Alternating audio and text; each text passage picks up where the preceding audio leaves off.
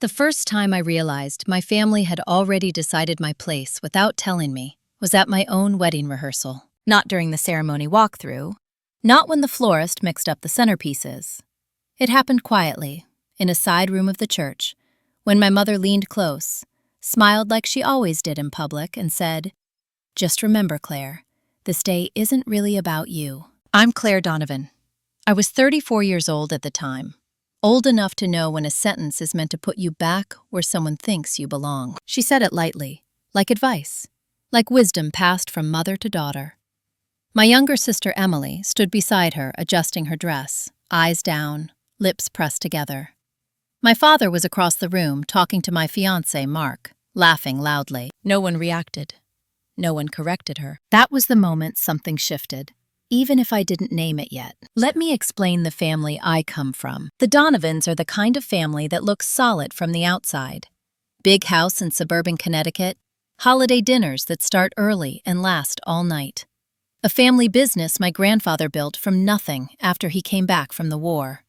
Donovan Electrical Supply. Warehouses, regional contracts, steady money. My parents like to say we're close. What they mean is we don't argue in public. I'm the older daughter, the responsible one. The one who stayed nearby, helped with the business paperwork in my 20s, handled logistics, fixed problems quietly. Emily, my sister, is 3 years younger, softer, more emotional, the one everyone protects. Growing up, I was praised for being easy. Emily was comforted for being sensitive. Those roles stuck. By the time I was 30, I was running vendor coordination and compliance for the family business, without the title. My brother wasn't part of it at all. There is no brother. That mattered less than you'd think. Because in my family, power didn't follow gender. It followed control. And control flowed through my parents. Mark entered my life like a pause button. He was steady, practical, not impressed by my family name. He worked in commercial real estate, came from a quieter background, and asked questions my family wasn't used to answering. My mother never liked that. She's changed since meeting him, she told relatives, as if growth were a disease. The wedding was meant to be a celebration. It turned into a preview. At the rehearsal dinner that night, my father stood to make a toast. He spoke about tradition, about family unity, about how proud he was that Emily would be standing beside me as maid of honor to keep me grounded. People laughed. Emily smiled nervously. Mark squeezed my hand under the table. He felt it too. Later that evening, as guests filtered out, my mother cornered me near the kitchen. "You don't need to make everything so serious," she said. "This is a family affair." "It's my wedding," I replied calmly. She tilted her head. Exactly. I went home that night uneasy, but I told myself it was stress. Weddings do that, right? I didn't know then that the rehearsal dinner wasn't the warning. It was the test. The real shift came 3 weeks later, on Christmas Eve. Our family Christmas was always formal. Assigned seats, timed courses. My parents hosted, as they always had. Mark and I arrived early to help. Emily showed up late, tearful, claiming traffic stress. During dessert, my father announced he had exciting news regarding the future of the family business. I already felt cold. He spoke about restructuring, about succession planning, about how important it was to protect the legacy. Then he said Emily's name. "She's decided to step into a more active role," he said proudly. "We're naming her Director of Family Operations." I waited for my name to follow. It didn't. Emily looked shocked, or practiced shock. It was hard to tell. My mother clapped first. "That's wonderful," she said. "She's always had such a heart for people." I sat there, wine untouched, feeling something tighten in my chest. I'd been doing the work for years. I had the spreadsheets, the contracts, the compliance files. Emily had never attended a single operations meeting. No one looked at me. After dinner, I found my father in his study. "I didn't know about this," I said. He sighed, like I'd inconvenienced him. "We didn't think it would matter to you. You've got your own life now." I nodded slowly. "I've been working for the company since I was 24. "Yes," he said. "And we appreciate that." Appreciation. Not authority. Not acknowledgement. That night, Mark asked me if I was okay. "I think I am," I said. "I just need to understand something." What I didn't say was this. I felt replaced without being removed. erased without being fired. Like I was still useful, just no longer relevant. 2 days after Christmas, an email arrived from the family attorney, copying my parents and Emily. Subject line: updated estate planning documents. I almost didn't open it. When I did, my hands went still. My name was missing from the preliminary will draft. Not reduced, not adjusted, excluded. That was when I stopped telling myself this was misunderstanding or stress or coincidence. That was when I understood something fundamental. This wasn't about a wedding. It wasn't about my sister.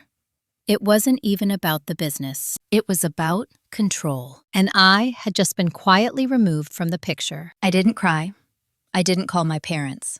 I didn't confront Emily. I forwarded the email to myself, closed my laptop, and sat in silence long enough to hear the thought I'd been avoiding. If they were willing to erase me this cleanly, then whatever I thought love meant in this family wasn't love at all. And once you see that, you can't unsee it. What I didn't know yet was that the document they'd sent me wasn't the end of the story. It was the evidence that would let me take my place back on my own terms. I didn't respond to the email, not because I didn't know what to say, but because I understood something instinctively. The first person to speak loses leverage. So I waited. For 3 days, nothing happened. No follow-up, no apology, no explanation. The silence was deliberate, like a closed door you're supposed to knock on until you get tired. On the 4th day, my mother called. "Did you see the message from Gerald?" she asked, using the attorney's first name the way she always did when she wanted something to sound informal. "Yes," I said. A pause. Then, "We should talk." "We can," I replied. "What would you like to explain?" Another pause. Longer this time. "Well," she said, "estate planning is complicated. It's just a draft." "I'm not listed," I said calmly. "That doesn't mean anything," she replied too quickly. "You know how these things work." I did know how these things worked. I've been managing contracts and compliance long enough to know drafts don't accidentally omit names that belong there. "I'm getting back to work," I said. "Send me the final version when it's ready." I hung up before she could reframe the conversation. That afternoon, I went to the office. Not the family office. My office. I still worked full-time for a mid-sized logistics firm downtown. It was the job I'd taken when I'd finally admitted I couldn't keep working for my parents without formal authority. The irony wasn't lost on me. I'd left the family business to protect my independence, and they'd used that decision to justify my exclusion. At my desk, I opened a folder I hadn't touched in years. Donovan Electrical Supply. Inside were copies of vendor agreements I'd negotiated, compliance audits I'd prepared, internal process documents I'd written. I kept them out of habit, out of caution, out of something I hadn't fully understood at the time. Now, I did. That evening, I told Mark everything. Not emotionally, not dramatically, just facts. "They left you out of the will?" he asked. "Yes." "And named your sister to run the business?" "Yes." "And no one discussed this with you?" "No." He sat back, jaw tight. "That's not an oversight." "No," I agreed. "It's a decision. What are you going to do?" I didn't answer right away because the truth was, I didn't know yet. But I knew what I wasn't going to do. I wasn't going to plead. I wasn't going to argue. I wasn't going to ask to be reconsidered. If I did that, I'd be accepting their version of the hierarchy. I'd be asking permission to exist. Instead, I did something my family had never expected me to do. I called a lawyer. Her name was Rachel Moore, estate and business litigation, recommended by a colleague who'd gone through a brutal inheritance dispute years earlier. We met the next morning. Rachel listened without interrupting. She didn't offer sympathy. She asked questions. How long were you involved in the business? Were you compensated fairly? Did you ever sign a release? Was there a trust? That last question made me pause. I don't know, I said. Rachel nodded. Most people don't, especially when they're not meant to. She explained something my parents had never bothered to mention. Many family businesses of my grandfather's era used layered estate structures, wills, trusts, conditional transfers. Not everything lived in a single document. The draft you received, she said, is only one piece. Can they legally exclude me? I asked. They can, she replied. But legality and enforceability aren't the same. I felt a slow, unfamiliar calm settle in. What do you need from me? I asked. Time, she said, and access. Within a week, Rachel had requested formal disclosures from the family attorney. Not aggressively, professionally. That's when the tone shifted. My father called. "This is unnecessary," he said. "You're making this adversarial." "I didn't start this," I replied. "You're letting Mark influence you," he said. I almost laughed. Almost. "This has nothing to do with Mark," I said. "It has to do with me." He sighed. "You've always taken things personally." "No," I said. "I've always been expected to." He hung up. Emily texted me that night. I didn't know about the will draft. Mom and Dad said it was temporary. I stared at the message for a long time. Then I typed, "Okay," not because I believed her, but because confrontation would only give her something to perform. A week later, Rachel called. "There's a trust," she said. My heart skipped. "What kind?" "An irrevocable family trust," she replied. "Established by your grandfather. It predates the will." "And?" I asked. "And you're named," she said, specifically. I closed my eyes. "What does that mean?" I asked. "It means the will doesn't override it," she said.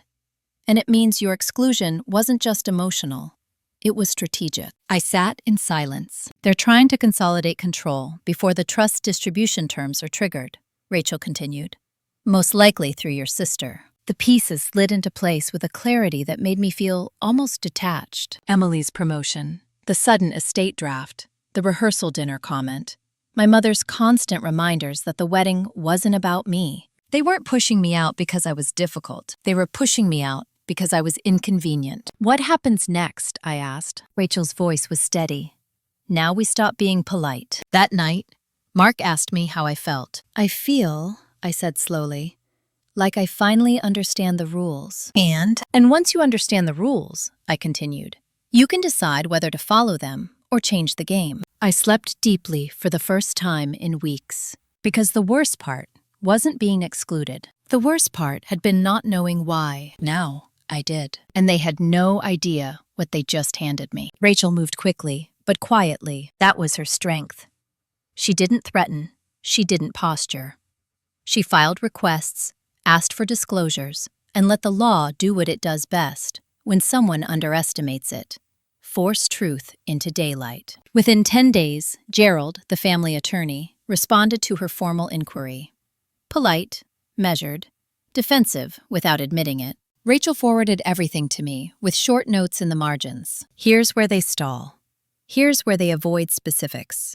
Here's what they don't want you to see. The trust, it turned out, was more complex than I'd expected. My grandfather, Thomas Donovan Sr., had established it decades earlier, after a bitter dispute with one of his own siblings. He'd believed deeply in structure, in safeguards, in the idea that family love and financial power should never depend on blind trust. The Donovan Family Trust named beneficiaries explicitly. It also included conditional language tied to participation, contribution, and exclusion. And my name appeared more than once. "What does this clause mean?" I asked Rachel during our next meeting, pointing to a dense paragraph. She adjusted her glasses. "It means that if a beneficiary is intentionally excluded from governance or benefit without cause, they can challenge distribution." "Without cause," I repeated. "Yes," she said. "And favoritism doesn't count as cause." I felt something sharp and cold settle in my chest. "So the will draft," I began, "is likely an attempt to control optics," she finished. "But it doesn't eliminate your rights." For the first time, I allowed myself to feel something close to satisfaction. Not triumph, just steadiness. At home, the atmosphere shifted. My parents stopped calling entirely. Emily sent one more message. "Mom's really upset. She says you're attacking the family." I didn't reply. Silence, I was learning, was a tool. One my family had used on me for years. I was simply returning it. 2 weeks later, Rachel requested a meeting with all parties present. Neutral location. Conference room at a downtown law office. No holidays, no family dinners, no emotional staging. Just facts. My parents arrived together. My mother wore her composed smile, the one she used at fundraisers. My father looked irritated, but controlled. Emily came last, clutching her purse, eyes darting around the room like she wanted an escape route. Gerald sat beside them. Rachel and I sat across. No one hugged. No one made small talk. Rachel opened. "We're here to clarify the estate structure and trust obligations," she said, "and to address the intentional exclusion of my client from recent governance and inheritance planning." My mother inhaled sharply. "This is all very dramatic," she said. "Claire knows she's loved." Rachel didn't look at her. "Love isn't a legal category." Emily shifted in her chair. My father leaned forward.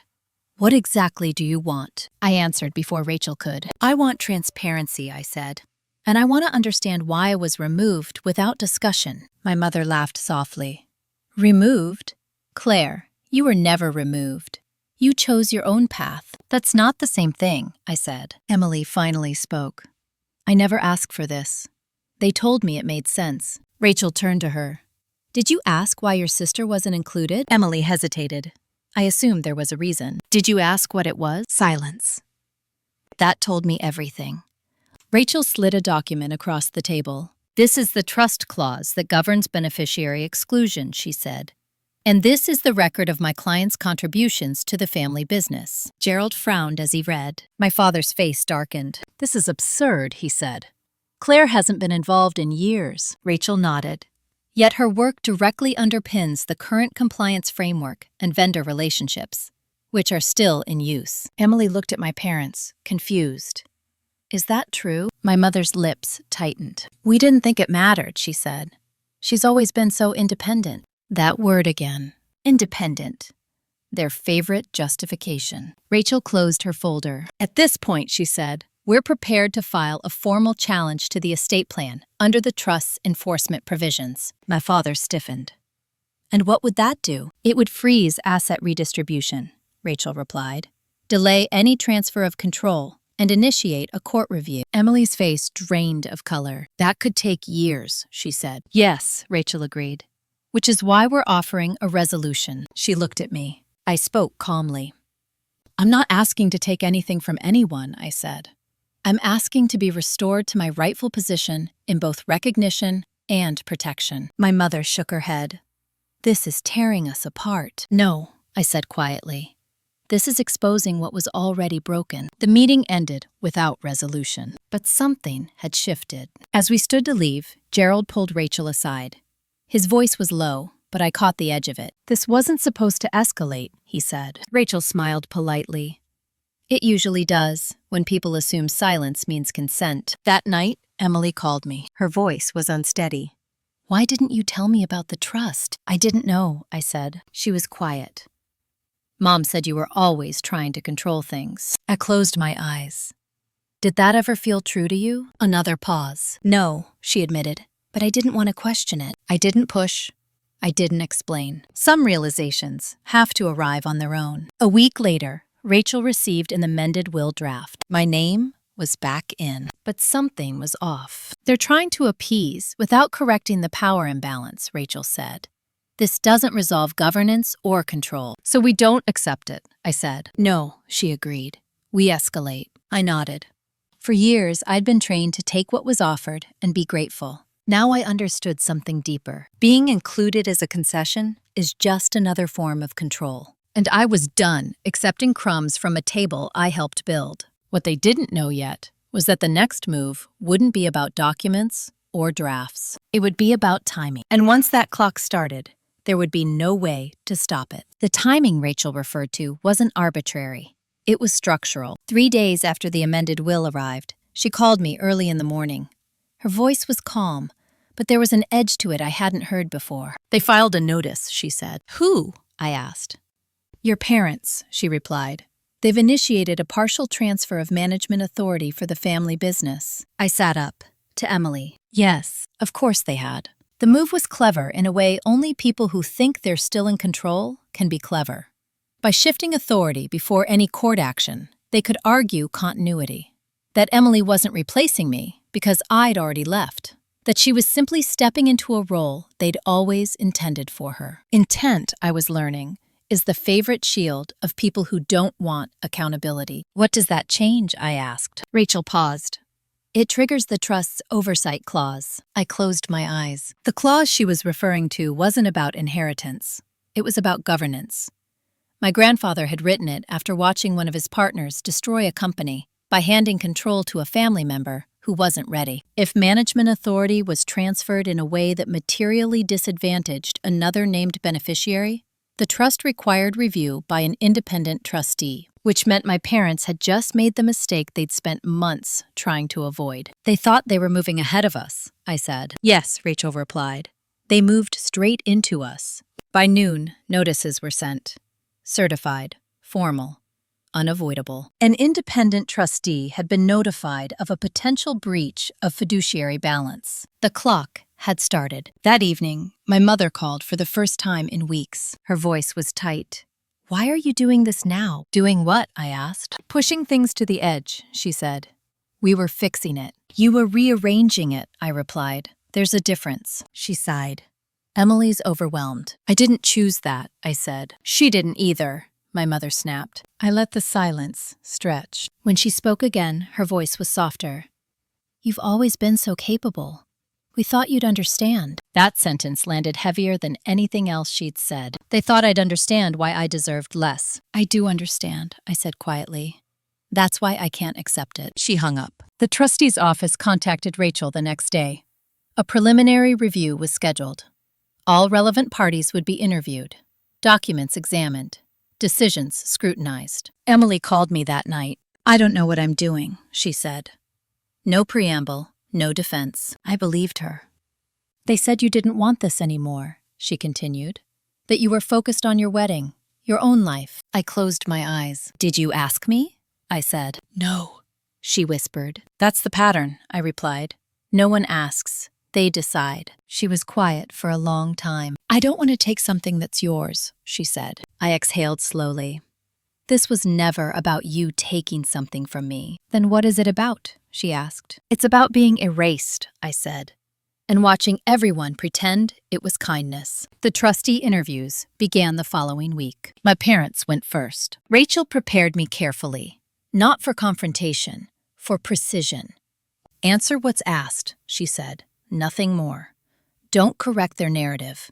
Let it stand next to the facts. Emily went second. When it was my turn, I sat in a small conference room with a woman named Helen Crowley. Late 60s, former judge, sharp eyes, minimal small talk. Ms. Donovan, she said, do you believe your exclusion was intentional? Yes, I replied. Why? Because it followed a pattern, I said, and because it benefited the same people every time. She nodded. And when you noticed the pattern, what did you do? I stopped explaining myself, I said, and I started documenting. That earned a small, knowing smile. Helen asked about my role in the business.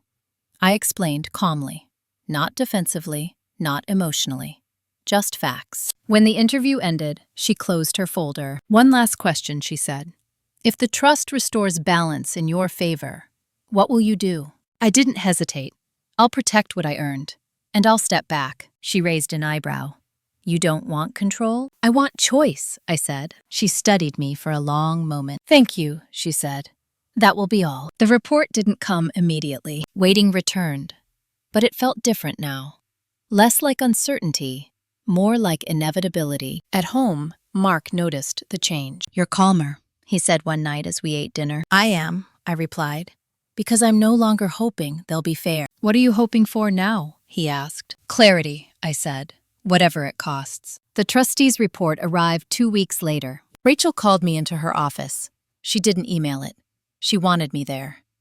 They found procedural imbalance, she said, and intent. I sat down slowly. What does that mean? I asked. It means the trust will intervene, she replied. Your parents' authority over distribution and governance will be limited. And Emily? I asked. Rachel sighed. She'll retain her role, but under oversight. And your exclusion is officially recorded as unjustified. I nodded. So what happens to me? I asked. Rachel slid another document across the desk. It means you're entitled to restoration, she said, financially and legally. I looked at the paper. Restoration didn't look like revenge. It looked like acknowledgement. What I didn't know yet was how my parents would respond when they realized the trust no longer answered to them. Because people who lose control rarely accept it quietly. And the next move wouldn't come through lawyers. It would come through family. My parents didn't respond to the trustees' findings right away. That silence was louder than any argument they could have made. For the first time, the power dynamic they'd relied on for decades had shifted outside their reach. The trust didn't answer to emotion, tradition, or parental authority. It answered to documentation and balance. And they were not used to that. Emily came over the next evening. She didn't text first. She just rang the bell and stood there when I opened the door, shoulders slightly hunched, like she expected to be turned away. I didn't know where else to go, she said. I stepped aside and let her in. She sat on the edge of the couch, hands folded tightly in her lap. Her phone buzzed twice. She ignored it. "They're furious," she said. "Not at you, at the trustee, at Gerald, at everyone." I nodded.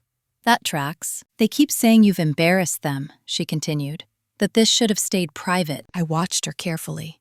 "And what do you think?" She hesitated.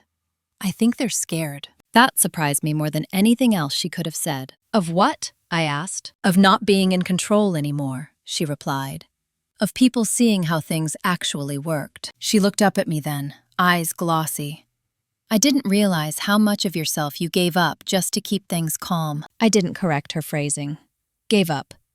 Not lost. That wasn't your responsibility," I said. "I know," she replied quietly. "But I benefited from it." There it was. Not a defense, not an excuse. Just recognition. She took a breath. "They want me to sign something." My stomach tightened. "What kind of something?" "A declaration," she said, "stating that I believe the transfer of authority was appropriate and voluntary, that you were aware and supportive." I felt something harden in my chest. "They want you to rewrite reality," I said. She nodded. "They say it'll make the trustee back off." "And will you?" I asked. She didn't answer immediately. "They told me if I don't," she said, "they'll cut me out too. Or at least, freeze me out." I studied her face. For the first time, she wasn't the protected one.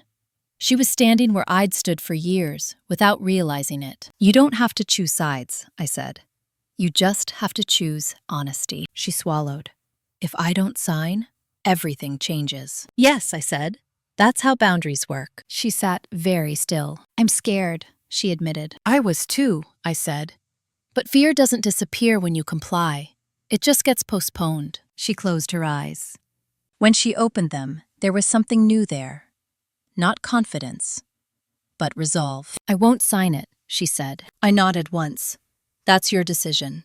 And whatever happens next is theirs." She left an hour later, lighter somehow, even though the consequences hadn't landed yet. They landed the next morning. My mother called, voice sharp, controlled anger barely held in place. "What did you say to your sister?" she demanded. "I told her the truth," I replied. "You're turning her against us," she said. "No," I said calmly. "You're asking her to lie." "She's too sensitive for this," my mother snapped. "You always were stronger." That sentence had followed me my entire life. Strength as obligation. Strength as silence. "I'm done being strong for you," I said. "I'm strong for myself now."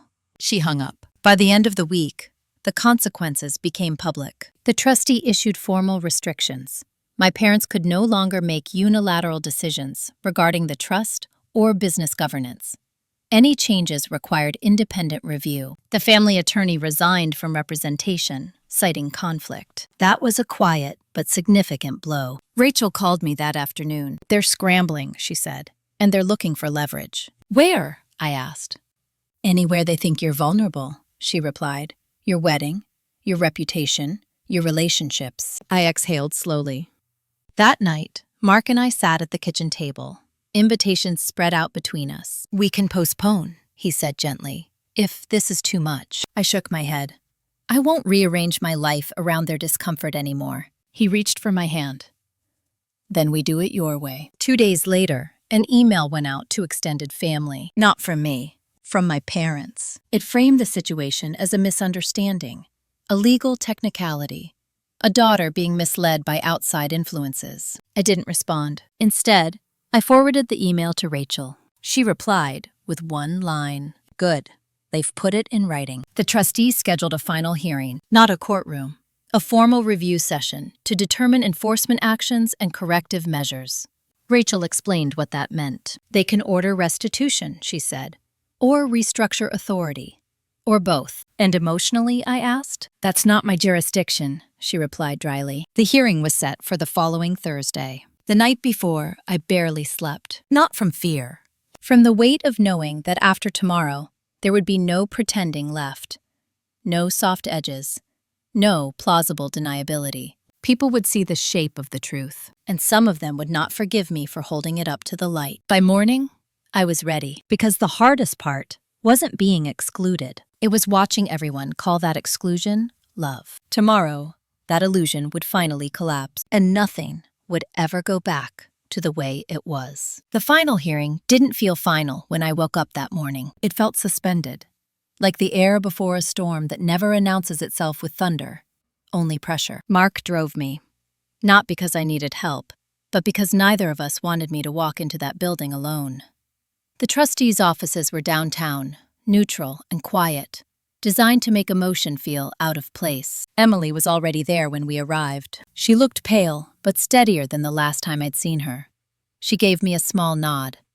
Not gratitude, not apology, just acknowledgement. Our parents arrived separately. That alone said more than any statement could have. My mother wore a tailored coat, and the expression she used when she believed composure could substitute for accountability.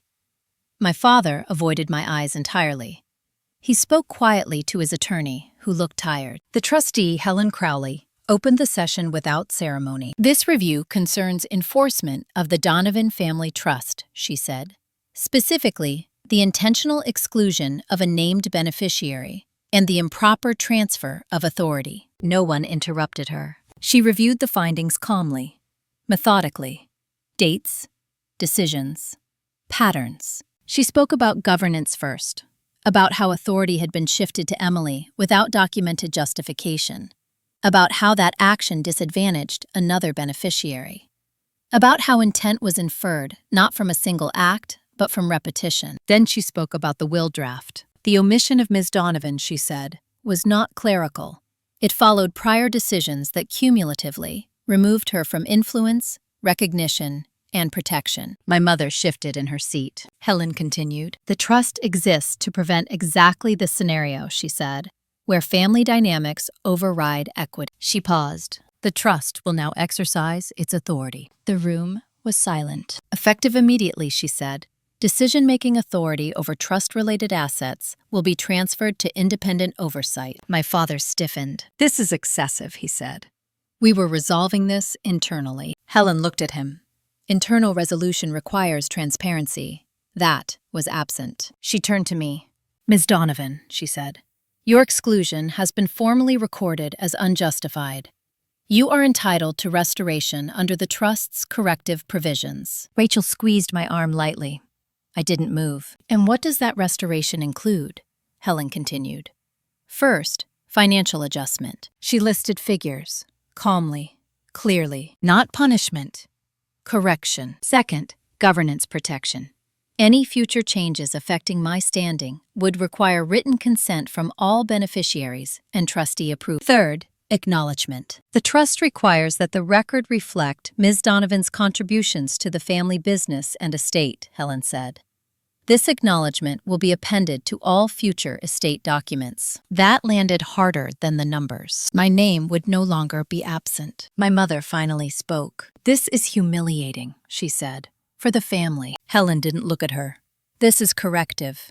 Humiliation is not the trustee's concern." Emily looked down at her hands. My father stood.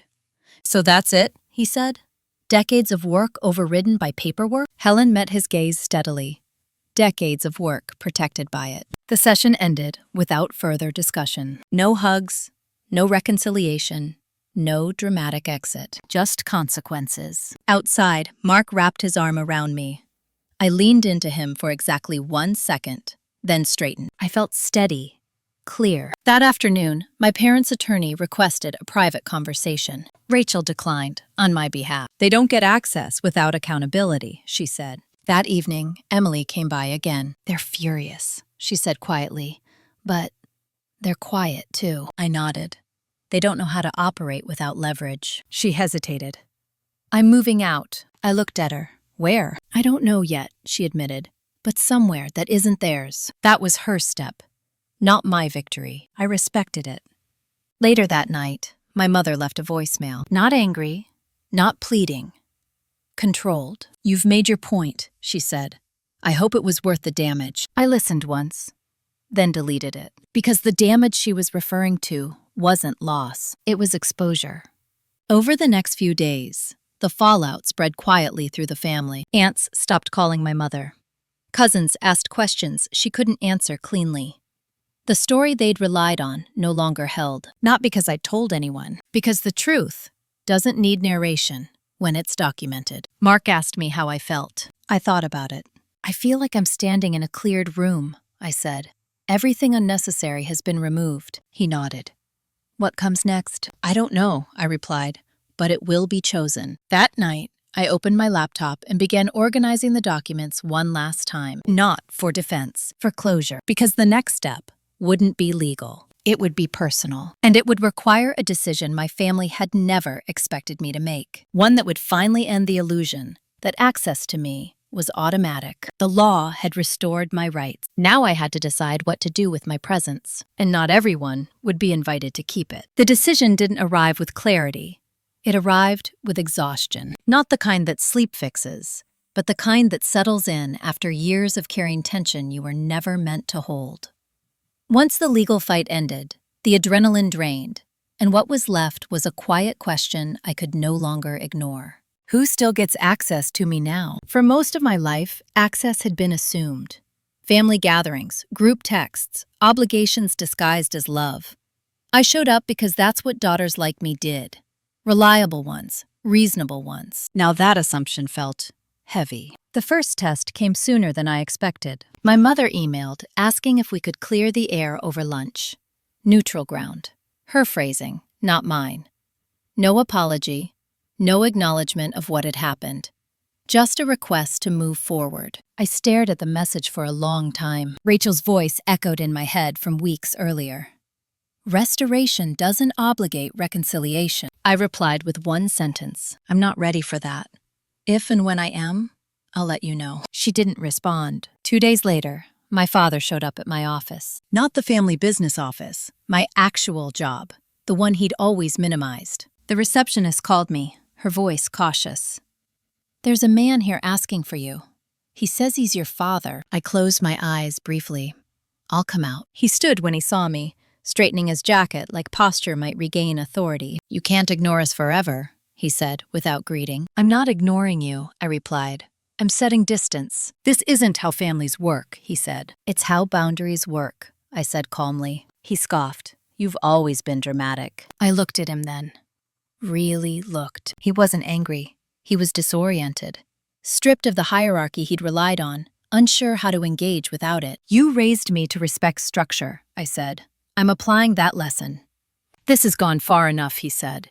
"You made your point. The trust intervened. What more do you want?" I considered the question. "I want to stop being managed," I said.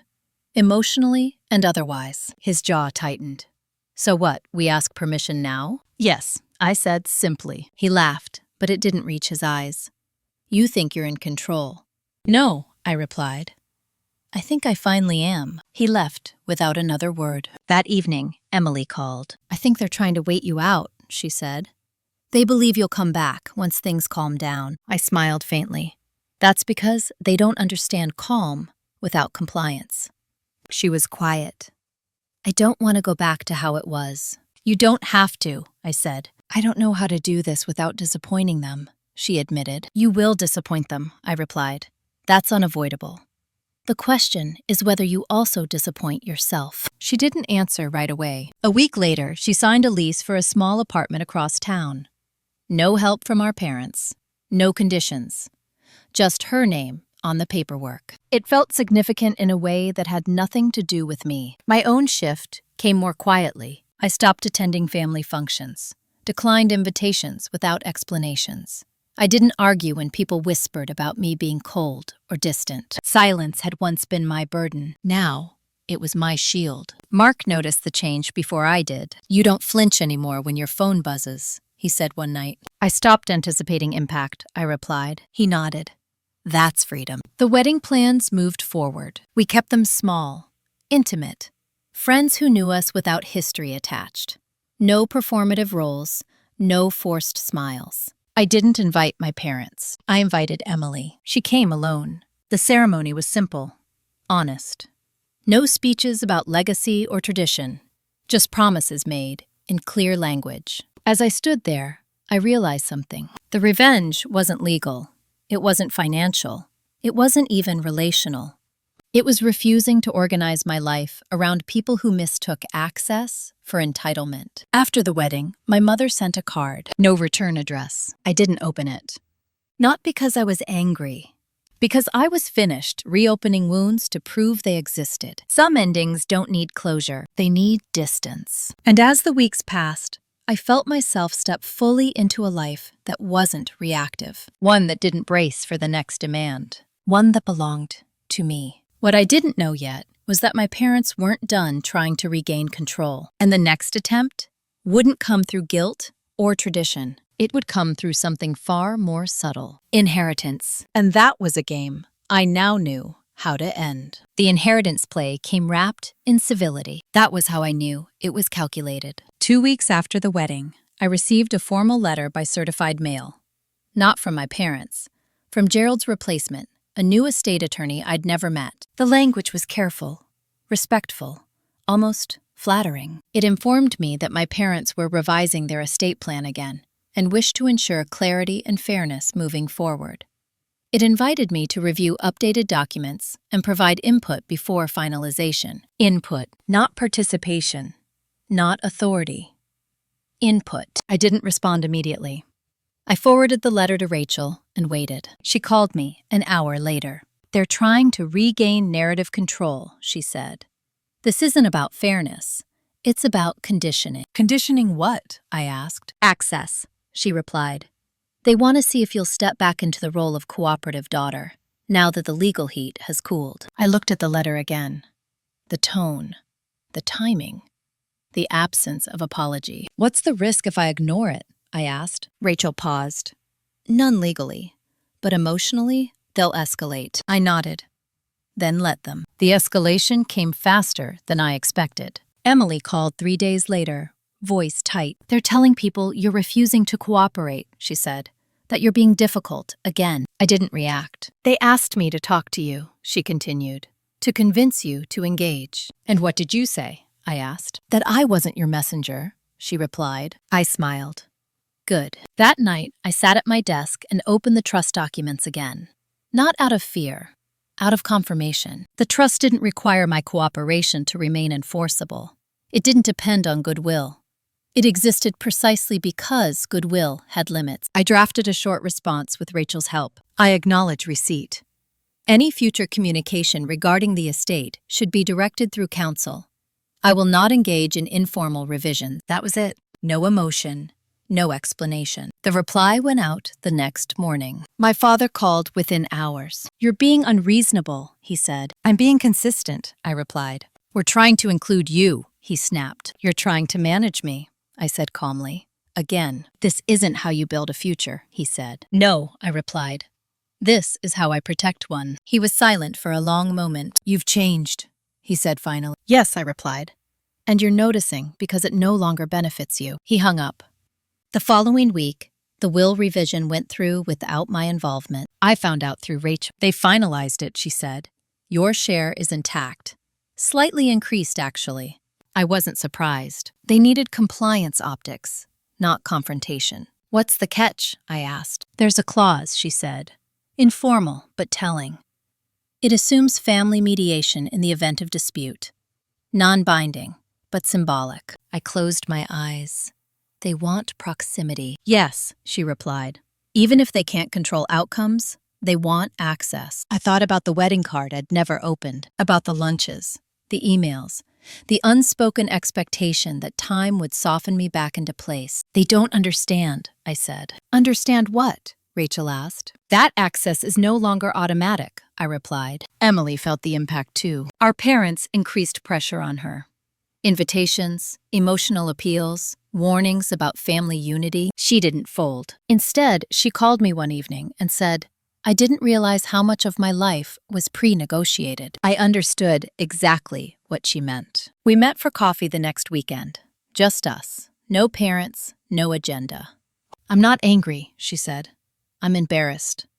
I thought safety meant staying inside their rules." "And now?" I asked. "And now I'm learning what it costs," she replied. That was her journey, not mine to guide. Mine was quieter. I stopped waiting for reactions, stopped monitoring responses, stopped checking whether they were upset, confused, or plotting their next move. That's the thing no one tells you about boundaries. Once they're in place, you don't need to defend them. You just live. The final attempt came in the form of an invitation. Thanksgiving. A single line, handwritten at the bottom of a formal card. It wouldn't be the same without you. I held the card for a long time. Then I placed it in a drawer, not out of spite, out of clarity, because some tables are set to remind you where you're expected to sit, and I had already chosen a different room. What I didn't know yet was that by declining that invitation, I would trigger the last and most revealing reaction of all.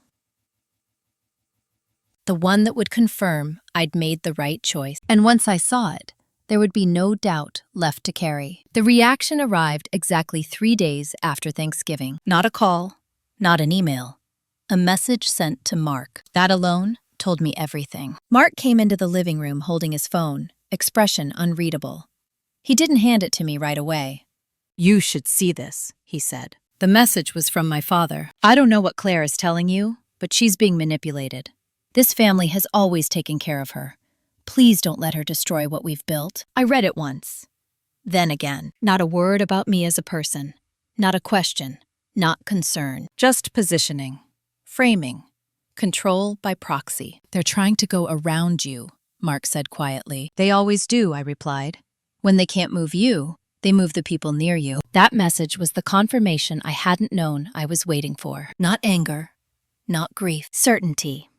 Rachel called later that afternoon. "They contacted my office," she said. "Asked whether you were open to mediation before the holidays." I laughed softly. "Of course they did. They're worried," she added. "Not about money. About optics." "What kind of optics?" I asked. "Extended family," she said. "Business associates. Friends who are starting to notice patterns." That explained the Thanksgiving invitation, the will revision, the sudden civility. They weren't reaching for me. They were trying to stabilize the image. That evening, Emily came over again. "They're telling people you're unstable," she said flatly. "That the wedding stress changed you." I felt something tighten, then release. "Are you okay?" she asked. "Yes," I said. "I'm just no longer useful to their narrative." She shook her head. "I don't recognize them anymore." "I do," I replied.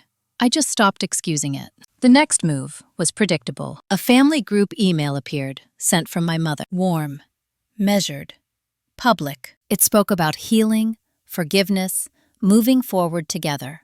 About how misunderstandings happen when emotions run high. It never mentioned the trust. It never mentioned the will. It never mentioned exclusion. My name was tagged in the greeting. "Claire," I didn't reply. Instead, I did something I'd never done before. I blocked the thread. That night, I slept deeply. No dreams. No replaying conversations. No bracing. In the morning, my phone was quiet. That was when it hit me. They had lost access. And without access, their leverage was gone. People who rely on control panic when they realize the door they assumed was open has been locked from the inside. The panic showed itself a week later. A letter arrived from my parents' attorney. Not a threat, not a demand, a notice. They were formally requesting mediation under the Family Harmony Clause of the trust. Rachel read it carefully. "They're reaching," she said. "They want to force proximity." "Can they?" I asked. She shook her head. "The clause is optional, non-binding. It requires consent." I didn't hesitate. "We decline," she smiled faintly. "I thought you'd say that." That refusal did something remarkable. It ended the chase. No more emails, no more invitations, no more third-party messages. The silence that followed wasn't strategic. It was stunned. Emily felt it too. "They don't know how to talk to me without mentioning you," she said one evening. "So they've stopped talking altogether." "How does that feel?" I asked. She thought for a moment. "Lonely, but clean." I understood. Over the next month, something shifted inside me that I hadn't expected. I stopped narrating my choices in my head, as if someone else were judging them. I stopped anticipating rebuttals. I stopped carrying imaginary conversations that never led anywhere. That's the real aftermath of choosing yourself. The internal audience disappears. One afternoon, Rachel called with an update. "The trust is settled," she said. "No pending actions. No open disputes." "So that's it?" I asked. "Yes," she replied. "Legally, it's done." I thanked her and hung up. I sat there for a long time afterward, not moving, because endings don't always come with fireworks. Sometimes they come with quiet, and quiet, I was learning, was something I could finally trust. That evening, Mark asked me if I regretted anything. I thought about it carefully. "I regret how long it took me to see the pattern," I said, "but not the moment I stopped participating in it." He nodded. The final confirmation came unexpectedly. A mutual family friend ran into me at the grocery store. "I heard things have been tense," she said carefully. I smiled politely. "They were. And now?" she asked. "Now they're clear," I replied. She studied my face, then nodded slowly. "You seem lighter." I was, because the final twist in all of this wasn't the trust. It wasn't the inheritance. It wasn't the legal win. It was realizing that the power I'd been fighting for wasn't something they could give or take. It was something I'd handed away, piece by piece, until the day I chose to stop. And once I stopped, the entire structure collapsed under its own weight. There was only one chapter left, not of conflict, of consequence, and it wouldn't belong to them anymore. The consequence didn't arrive as punishment. It arrived as space. For the first time since this began, there was nothing to respond to. No messages waiting, no documents to review, no tone to interpret. The absence felt unfamiliar, like stepping off a moving walkway and realizing you have to adjust your balance on your own. I didn't rush to fill it. Instead, I noticed what had changed. Mornings were quieter. I stopped checking my phone before getting out of bed. I stopped scanning conversations for subtext. Decisions felt cleaner, not because they were easier, but because they belonged to me. Mark noticed it too. "You don't brace anymore," he said one evening as we cooked dinner. "You used to tense up before every holiday, every birthday, every family event." "I didn't know I was doing that," I said. "That's the thing," he replied.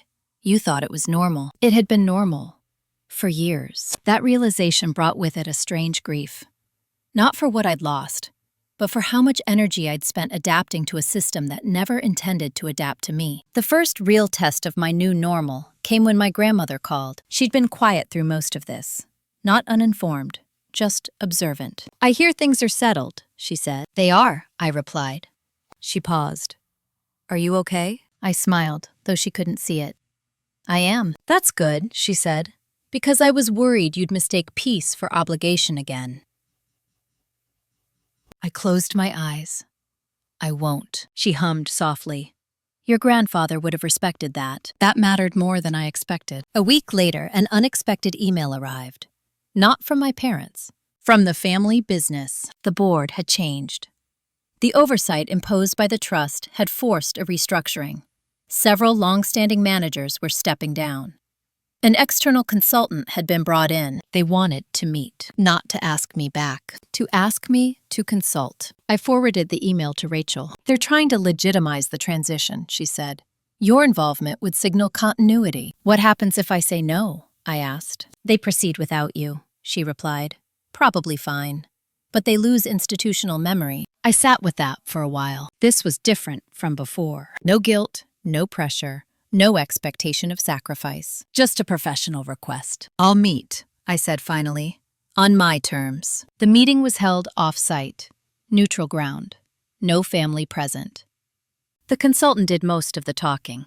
Process gaps, operational blind spots, cultural issues that had gone unaddressed for years. When it was my turn, I spoke plainly. "I won't step into any role that requires me to manage family dynamics," I said.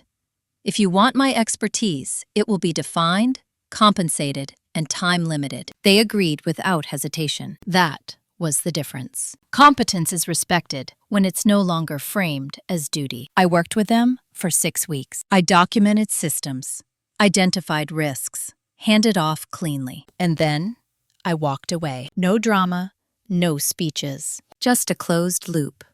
Emily met me for coffee afterward. "They asked me about you," she said. "What did you say?" I asked. "That you don't rescue systems anymore," she replied. "You design exits." I laughed softly. "That sounds harsher than it feels." She smiled. "It sounds accurate." Her relationship with our parents remained strained. Distant, not hostile, just unresolved. "They keep waiting for you to come back," she said. "I'm not gone," I replied. "I'm just not available the way I used to be." She nodded. "I think that scares them more than losing you completely." It probably did. Control thrives on proximity. Without it, everything has to be renegotiated. I didn't feel the need to explain myself anymore. When people asked how my family was, I answered honestly, but briefly. "They're well," I'd say. Or, "We're figuring things out." I didn't offer context. Clarity. The final interaction came unexpectedly, on a random Tuesday afternoon. My mother called. I almost didn't answer. Not out of fear, out of discernment. But I did. Her voice was different. Not sharp, not composed. Tired.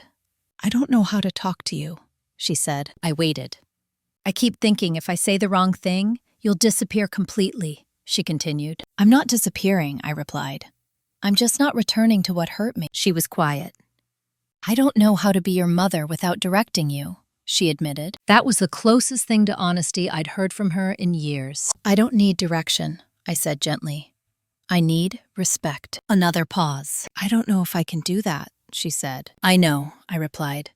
"That's why things are the way they are." We didn't resolve anything, but after the call, I sat alone for a long time, not grieving, accepting. Because the consequence of choosing yourself isn't always reconciliation. Sometimes it's clarity without comfort, and that's still freedom. There was only one chapter left, not about them, about what comes after you stop living in reaction, and what it means to build something that doesn't require permission to exist. The life that came after reaction felt strangely quiet at first, not empty, just unoccupied. I hadn't realized how much of my daily mental energy had been devoted to anticipating my family's needs, moods, and expectations, until there was nothing left to anticipate.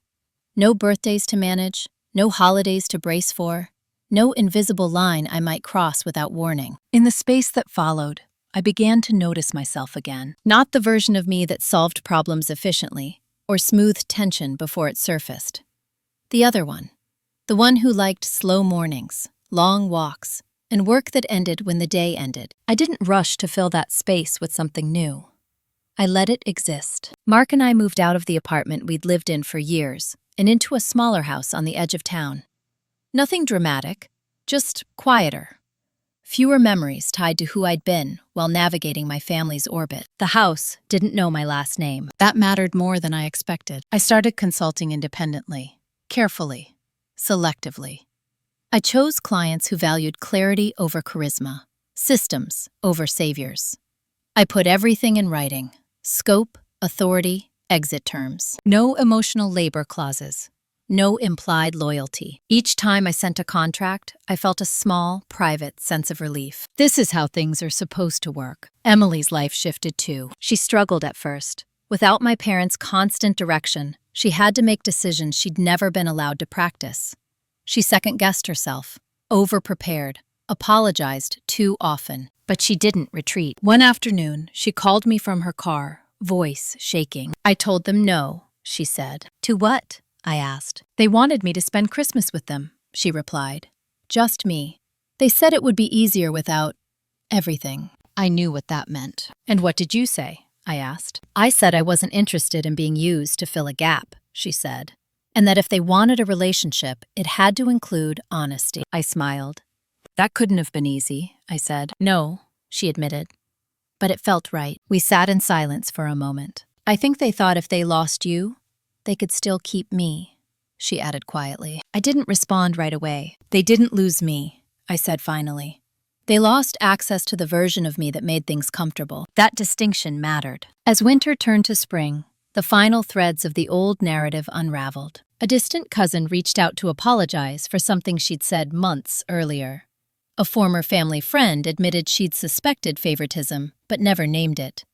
Small acknowledgments surfaced once the fear of disruption passed. I didn't absorb them as validation. I noted them as evidence. When the structure collapses, people remember what they saw, but didn't say. My parents stayed quiet. Occasionally, my mother sent short messages, neutral updates, observations about the weather, the garden, things that didn't require engagement. I replied when I wanted to, briefly, without urgency. My father didn't reach out at all. I didn't chase closure, because closure doesn't come from agreement. It comes from alignment. One evening, Mark asked me if I ever wondered what would have happened if I'd chosen differently. If I'd stayed quiet. If I'd accepted the revised will and the new titles and the softened language. I know exactly what would have happened, I said. What? He asked. I would have disappeared in increments, I replied. So slowly I wouldn't have noticed, until there was nothing left to protect. He nodded. I don't miss that version of you, he said. Neither did I. The last formal document arrived in early May. A final trust update. Clean. Closed.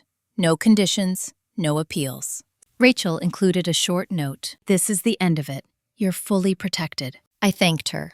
Sincerely. Not just for the legal work. For treating my situation like it mattered, without turning it into a spectacle. That night, I sat on the back steps of our house, watching the light fade. I thought about my grandmother's voice on the phone months earlier, about peace and obligation, about how often women in my family had confused endurance with virtue. I understood now what she'd meant. Peace isn't the absence of conflict. It's the absence of self-betrayal. The revenge story people expect ends with a confrontation, a courtroom moment, a public reckoning. Mine didn't. Mine ended with a quiet realization that I was no longer living inside someone else's rules, and that the people who had relied on my silence were left speaking to an empty room. There was one chapter left, not about what I'd escaped, but about what I chose to build in its place. Something steady, something owned, something that didn't require me to disappear in order to survive. The first year after everything settled didn't feel like a victory lap. It felt ordinary. And that, I learned, was the point. There were no dramatic moments where I stood back and admired what I'd done. No urge to check whether my parents had finally understood. No curiosity about whether anyone regretted how they'd treated me. Regret belongs to people who think they lost something. I hadn't lost anything. I'd stopped leaking. My work stabilized into something sustainable. Consulting became selective by design. I turned down projects that smelled like chaos, even when the money was good. Especially when the money was good. I trusted my instincts now. They'd been right all along. I'd just been trained not to listen. Mark and I settled into a rhythm that didn't revolve around crisis. Weekends meant actual rest. Evenings were quiet. Conversations didn't require strategy. One night, as we sat on the porch watching dusk settle in, he asked me something simple. Do you ever miss them? I thought about it carefully. I miss who I thought they were, I said. Not who they showed me they were. He nodded. He didn't need more. Emily changed the most. Without the constant pressure to perform a role assigned by our parents, she grew into herself, slowly but unmistakably. She made mistakes. She corrected them. She stopped asking permission before making decisions that only affected her. We talked more honestly than we ever had growing up. One afternoon, months later, she said something that stayed with me. I used to think love meant being chosen, she said. Now I think it means being allowed to choose. I didn't respond right away. I didn't need to. She was right. My parents faded into the background of my life, not dramatically, but inevitably. Occasional updates, polite exchanges, no depth, no tension, no expectations. They never apologized. I stopped waiting for that, too, because apologies are meaningless without changed behavior, and behavior requires humility. That was never their strength. The family business continued without me. It survived. That was the final lesson. Everything I'd been told would collapse without my involvement didn't. The company adapted. The systems held. People adjusted. I wasn't irreplaceable. I was just convenient. And once I stopped offering myself up to make things easier for others, the world didn't end. It recalibrated. That understanding was strangely freeing. I didn't need to be central to be valuable. I didn't need to be present to be respected. I didn't need permission to step away. On the anniversary of the day I received that first email with my name missing, I didn't mark the occasion. No ritual, no reflection. I was busy living a life that no longer revolved around exclusion, betrayal, or control. That's how I knew I'd won. Not because they lost something, but because I gained myself back. If you're listening to this and it feels familiar, let me say this clearly. If you've been excluded from a will you helped build, sidelined in a family business, erased quietly while being told it was for your own good, or made to believe your silence was love, you are not imagining it. You're not difficult. You're not ungrateful. You're not overreacting. You're inconvenient to a system that benefits from your compliance. The moment you stop explaining, stop begging, stop trying to be understood by people invested in misunderstanding you, the balance shifts. Sometimes the most powerful form of revenge isn't confrontation. It's withdrawal. It's documentation. It's boundaries. It's choosing yourself without needing applause. I didn't burn bridges. I stopped crossing them alone. And everything that followed was quieter, steadier, and finally mine. If this story resonated with you, if it mirrored a family drama, a betrayal, an inheritance dispute, or a moment when you realized love was being used as leverage, you're not alone. Take a moment to like this video if it spoke to you. Drop a comment and share what part hit closest to home. And if you want more stories like this about revenge, family betrayal, karma, and reclaiming dignity without shouting, subscribe and turn on notifications. Some stories end with forgiveness. Others end with distance. This one ended with peace. And that was more than enough.